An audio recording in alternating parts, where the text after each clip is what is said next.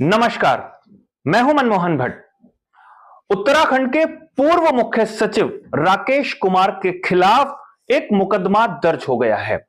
मुकदमा उनके कारनामों के कारण दर्ज हुआ है और यह मुकदमा हिमाचल प्रदेश में दर्ज हुआ है।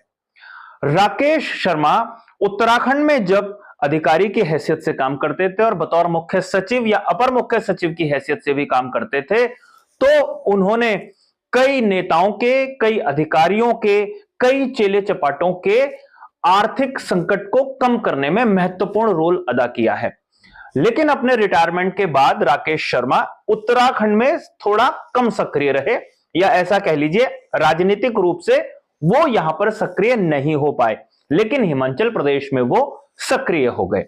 हिमाचल प्रदेश में उनका बेटा चैतन्य शर्मा चुनाव जीत गया कांग्रेस के टिकट पर, और कांग्रेस की ही हिमाचल प्रदेश में सरकार है, यानी सत्ताधारी पार्टी के वो विधायक थे। लेकिन राज्यसभा के चुनाव के दौरान बड़ी गड़बड़ियां हुई हैं और सरकार को गिराने के मकसद से भी कई प्रयास हुए हैं, ऐसा आरोप कई विधायकों पर लगा है और कई विधायकों के परिजनों पर लगा है। ऐसे ही एक परिजन है राकेश शर्मा। राकेश शर्मा पर आईपीसी की धारा 171A, 171C, 120B, भ्रष्टाचार निवारण अधिनियम की धारा 7 और 8 के अंतर्गत मुकदमा दर्ज हुआ है।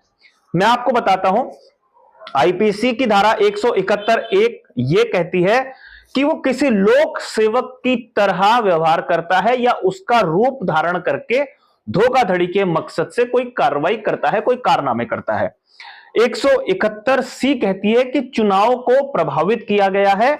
120B आपराधिक षड्यंत्र, मतलब जब दो लोग या दो से ज्यादा लोग मिलकर कोई षड्यंत्र करते हैं, अपराध को अंजाम देते हैं, तो वहां पर 120B धारा लगती है। और भ्रष्टाचार निवारण अधिनियम 7 और 8 यह कहता है कि कुछ लेन देन अगर गलत तरीके से हुआ है, वैध कमाई के अलावा जो कमाई हुई है, किसी और रूप में पैसा या कोई और गिफ्ट का आदान प्रदान हुआ है, तब भ्रष्टाचार निवारण अधिनियम की धारा 7 और 8 लगाई जाती है। कांग्रेस के एमएलए हैं संजय अवस्थी और भुवनेश्वर गौड़, इन्होंने यह मुकदमा दर्ज कराया है।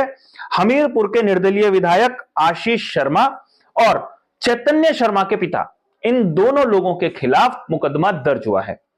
अब यह मुकदमा कोर्ट में कितना टिकता है यह अलग बात है, लेकिन राकेश शर्मा उत्तराखंड में भी कई बार विवादों में पड़े और हिमाचल प्रदेश में भी वो विवादों में पड़े हैं।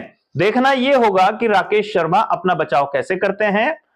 क्या बीजेपी उनको किसी तरीके का प्रश्रय देगी, समर्थन देगी, या फिर कांग्रेस की सत्ताधारी पार्टी कोई बड़ा एक्शन ले सकेगी। वैसे यह ज्यादा देखना महत्वपूर्ण होगा कि कोर्ट में मामला कैसे टिकता है।